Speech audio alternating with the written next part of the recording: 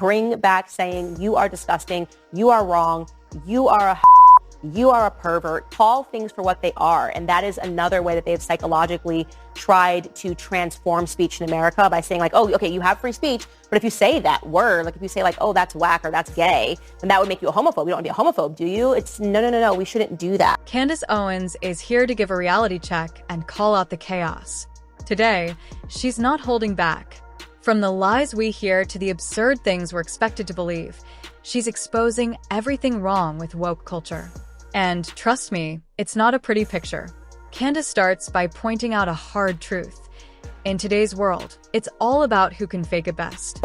To survive in woke culture, you have to become a liar. You have to pretend that you think fat is beautiful. You have to pretend to be race obsessed. You have to pretend that you think Dylan Mulvaney is a woman and should be included in female spaces. We are being told that you have to lie repeatedly in order to survive in corporate culture. Oh, and according to Candace, it all traces back to Harvard.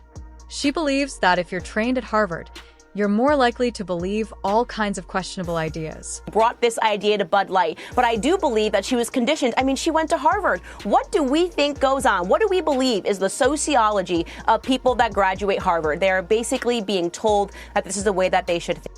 She doesn't stop there. Candace questions why society allowed Dylan Mulvaney to go unchecked for so long. There's one more thing I want to say here, Tucker, because it's deeply upsetting to me. There is a post-analysis that needs to happen here on why it is that Dylan Mulvaney for 365 days was able to openly mock women, to openly take the spaces of women, to get contracts from Ulta Beauty, to take, contracts from other women and all these sponsorships, and nobody cared.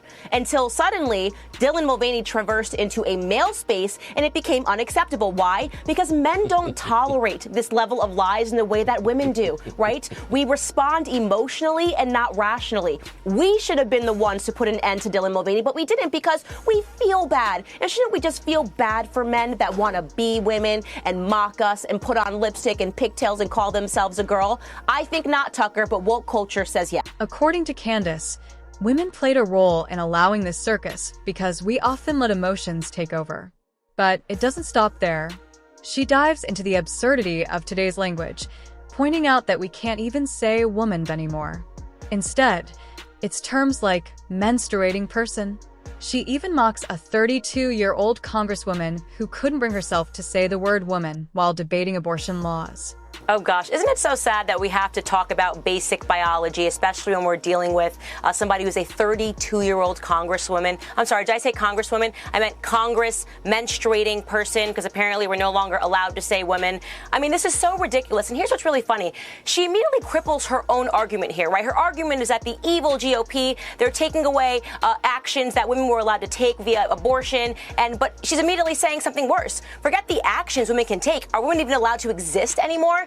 This is what her side represents. It is so radical to not even be able to formulate the word woman because you feel too scared because you need to accommodate all of these various genders and trans people are also women and this is also women. No, women are women. If you cannot enter a debate about abortion and even identify what it means to be a woman, you have no place in that debate. The irony is almost too good.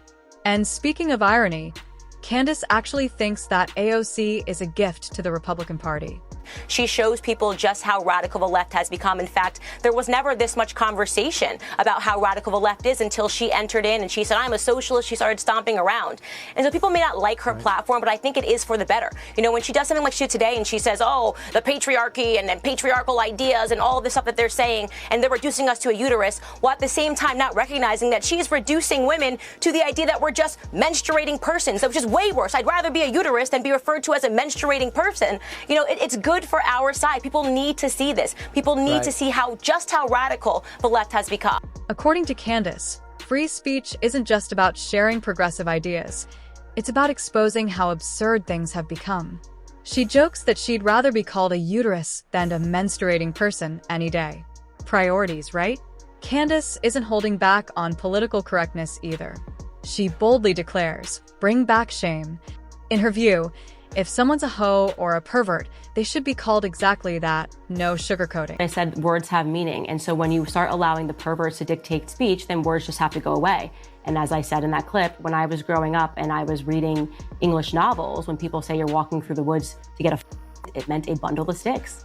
And then they said, you can no longer say this word that has a real meaning, right? A bundle of sticks, because some pervert took that and threw it as an epithet towards gay people. I think that's actually, that's a wrong way of thinking, because then what you're doing is you're allowing perverts to dictate society. So I don't like the death of the English language because people are getting offended. So that's like, I could pick any word. I could say, plant. And from now on, every time I see a gay guy, I'm gonna be like, he's a total plant. And then eventually they say you can't say plant anymore. It's like, no, this is a real word that has meaning.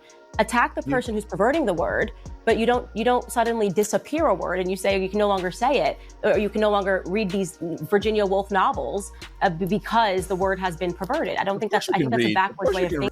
Her real battleground is campus debates, where she takes on woke ideology one student at a time.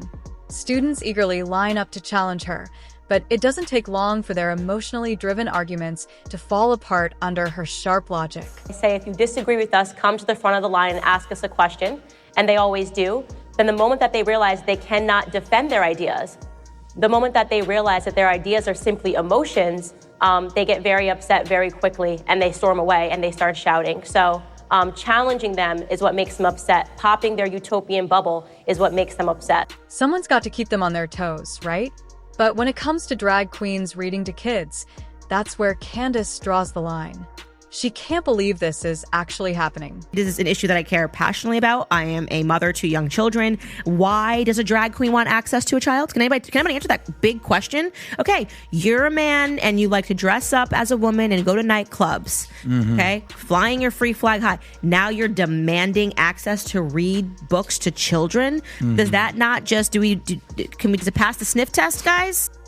She's looking at affirmative action like it's a bizarre episode of RuPaul's Reading Rainbow.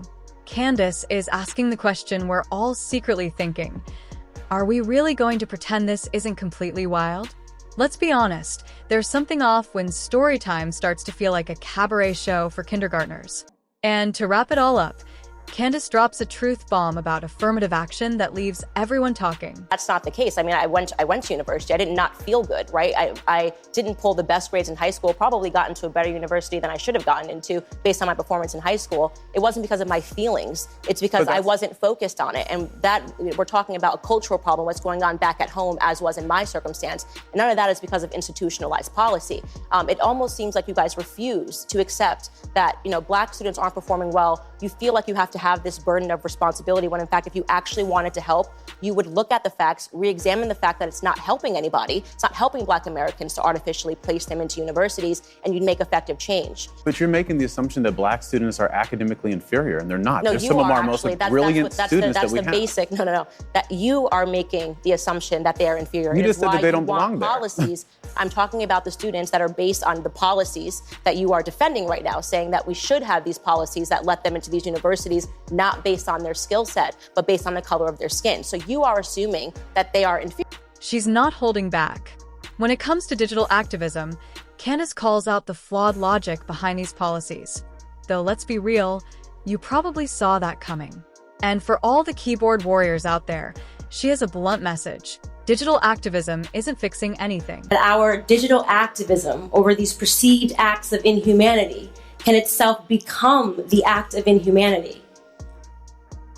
That as a society, we tend to drum up these hurricanes to combat what may initially have just been a storm.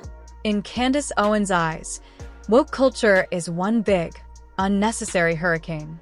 But here's the kicker. She's standing right in the eye of the storm, completely unmoved. And that's a W for Candace. Owens isn't pulling any punches when it comes to taking on woke culture, and she's certainly not afraid to stand her ground.